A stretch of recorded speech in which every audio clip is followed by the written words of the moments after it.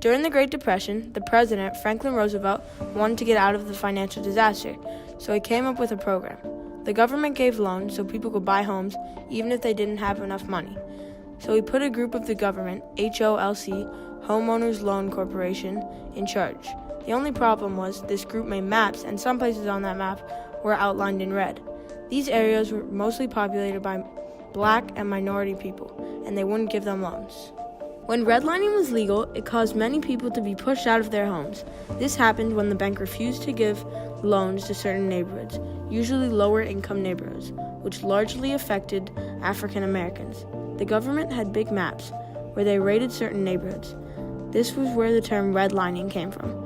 On these maps, green represented the best, meaning the bank was sure to give you a loan. Blue represented still desirable to the banks. Yellow meant that the government was more likely to decline to give you a loan. And lastly, red, of course, neighborhoods that didn't have a chance of getting a loan. A perfect example of this was in the book and play A Raisin in the Sun. It focuses on a black family, the Youngers, living in the 1950s in Southside Chicago. Most of their hopes and dreams were crushed, and life was made more difficult due to mostly redlining. Even though redlining affected the past, it still takes a big role in today's climate. Redlining is now illegal today, but there are still segregation maps. Segregation maps that show the different races, white, black, Asian, etc., that live in all different neighborhoods. But on the map, you can see that all the races are split up into areas, as found in New York Times segregation map. For example, in one area, it might be colored green, meaning it's just full of white people. But in another, it might be colored green and orange, which shows on the map that has both whites and blacks. In A Raisin in the Sun, redlining was shown by the Youngers, not being able to afford a lot. In the text, it says, "Well, I always wanted me a garden like I used to see sometimes in the back of the house down home."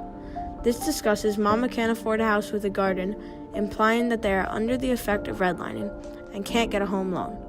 It also affects them by not being able to buy a liquor store for Walter so he can get more money for the family because they can't get any loans. Redlining was banned about 50 years ago, but it's still hurting minorities today, said the Washington Post. Like it says in America Divided, you pass on your disadvantage to the next generation. However, where you live isn't the only disadvantage that can be passed on.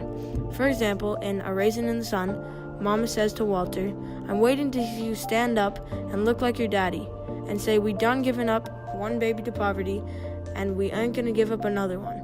I'm waiting." Perhaps, if they had a bigger house and more money, they would be able to afford Ruth's baby without getting an abortion. They would have also an easier time buying a new house if they hadn't lived in a redlined neighborhood.